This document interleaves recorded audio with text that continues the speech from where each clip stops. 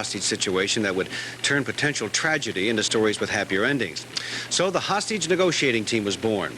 But as John Miller reports, the man who made that team what it is today won't be doing what he does best anymore, at least not on a full-time basis. Danny's here, I'm here, Eddie's here. Extend your hand of friendship. Extend the hand of friendship. You know, what are these hands here, right? These are hands of friendship. What kind of music you playing? It's a cold night on a Brooklyn street, and Captain Frank Bolz stands below a man's window offering the hands of friendship. The man says his wife is tied to a chair inside and that he's prepared to put a bullet in her head. Bolz keeps the man talking, and that's the name of the game. Words instead of bullets. Frank Bolz's gift of gab have made him one of the most famous cops in the world. He's sought by police agencies around the globe to lend his expertise in setting up training for hostage negotiators. No hostage has ever been killed in an incident where Bolz's hostage team has responded. So far, it's a perfect record.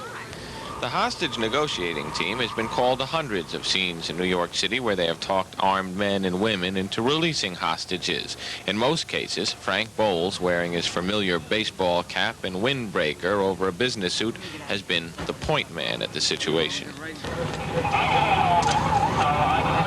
At 11 o'clock on August 14th, a simple telephone message from the Chief of Detectives office ordered Captain Frank Bolz transferred to the Manhattan Detective Area. There he will be put in charge of 3 or 4 precinct squads handling routine investigations. He will still be a member of the hostage team, but no longer full-time and no longer the coordinator. Some in the department have said that Frank Bolz was getting to be more famous than his bosses, and that's why he is out.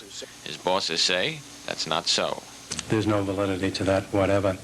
I think Frank's high profile has been a plus for this department, and I think a marvelous thing worldwide, as a matter of fact, for this department to have gotten that kind of publicity through Frank. I have nothing but admiration for him. You think this move will affect his high profile? I don't think so. I think you will be able to maintain that high profile. Others are not so sure. Captain Bolz's job as hostage coordinator will be filled by Lieutenant Robert Louden of the Major Case Squad.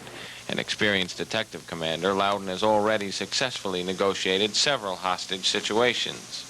I admire Frank Bolz. I think he's been a marvelous attribute to this department, a marvelous representative of it, and I think this gives him an opportunity for promotion to be appropriately used in his rank of captain. Then the arrival of the hostage team led by Captain Frank Bolz, who started to negotiate the release of the hostage. Bolz says the initial contact was made by a police sergeant. Officially, Captain Frank Bolz has been transferred, although officially there has been no word about his promotion to deputy inspector. When asked about the transfer, Frank Bolz told us no comment. The Frank Bolz episode is a complicated matter that has a lot to do with inside politics in the police department.